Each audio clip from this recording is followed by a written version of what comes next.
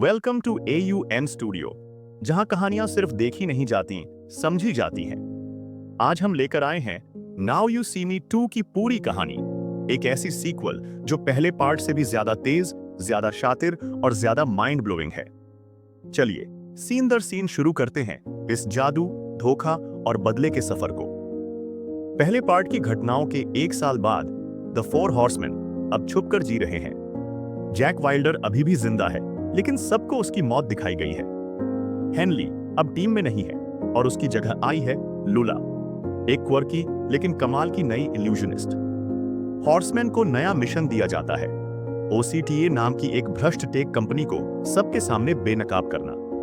लेकिन जैसे ही वो स्टेज पर शो शुरू करते हैं, सब कुछ गड़बड़ा जाता है।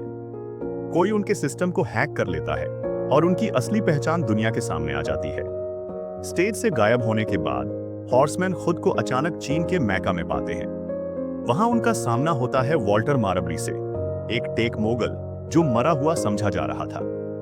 वो अब चाहता है कि हॉर्समैन उसके लिए एक चिप चुराए जो पूरी दुनिया की डिजिटल इंफॉर्मेशन कंट्रोल कर सकती है।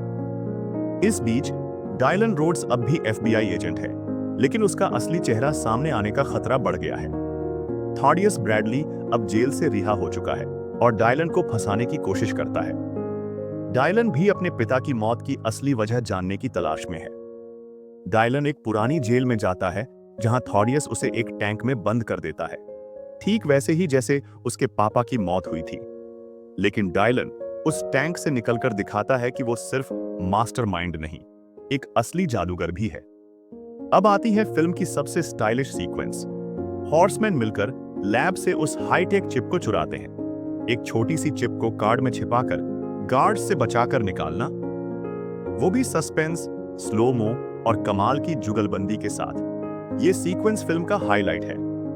धीरे धीरे ये भी पता चलता है कि वॉल्टर वही आर्थर ट्रेसलर का बेटा है, वही अरबपति जो पिछली फिल्म में बर्बाद हुआ था।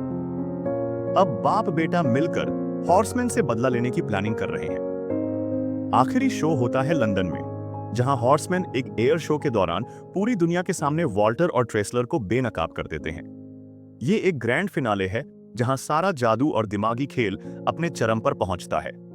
और फिर आता है एक और बड़ा ट्विस्ट। थॉडियस ब्रैडली, जो पूरी फिल्म में दुश्मन बना रहा, असल में DI का हिस्सा है। उसने डायलन को टेस्ट किया था, उसे गिराने के लिए नहीं बल्कि उसे उठाने के लिए।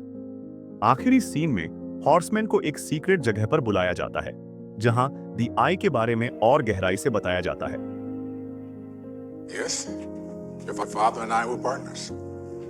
Our act was that of rivals. I was a hard-eyed realist.